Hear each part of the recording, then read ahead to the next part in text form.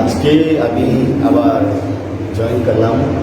যত ত্রিপুরা রাজ্যের তিনটি বিষয় আছে, মুখ্যমন্ত্রী, উপমুখ্যমন্ত্রী এবং প্রাক্তন মুখ্যমন্ত্রী তথা রাজ্যসভার সাংসদ সবার হাত ধরে আমি আবার ঘরে ফিরলাম। Forget the past and planning for the future.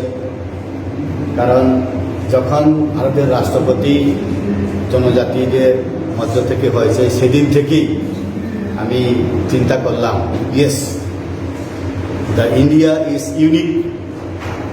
যারা পিছিয়ে ছিল তাদেরকে ফ্রন্টে নেওয়ার জন্যে ভারতীয় জনতা পার্টির পক্ষে সম্ভব ভারতবর্ষে, ওইটাই চিন্তা করলাম।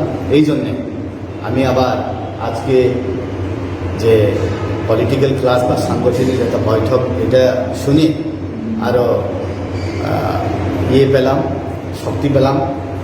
তো definitely sit together, plan together, work together.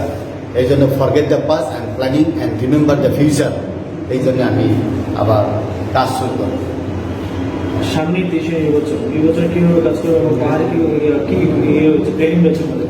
Party যে দায়িত্ব দেবে এটাই করব, কিন্তু পাহাড়ে কাজ করার অনেক স্পেস আছে। কারণ ডেভেলপমেন্ট প্রত্যেক ঘরে ঘরে পড়ছে, কিন্তু প্রচারটা আরও করা দরকার। কারণ বিশেষ করে পাহাড়ে এখন জলের সুবিধা না থাকা সত্ত্বেও কিন্তু ঘরের সুবিধা আছে, রেশনের সুবিধা আছে। প্রত্যেক ঘরে ঘরে, প্রত্যেক বিপিএল পরিবারে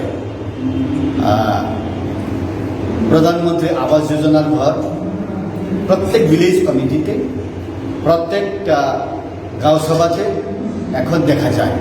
তো কোনোদিন চিন্তা করতেই পারে না যে পাহাড়ে এইরকম বিল্ডিং হবে, জঙ্গলের ভেতরে এইরকম বিল্ডিং হবে, জঙ্গলের ভেতরে স্কুল হবে বা আমাদের একলব্য স্কুল হবে, কোনোদিন আশাই করা যায় না।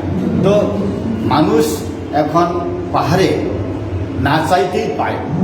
এটা সব প্রচার হয় না, কিন্তু এখন দেখা যায় যেটা ছিল না এখন সবার চোখের সামনে।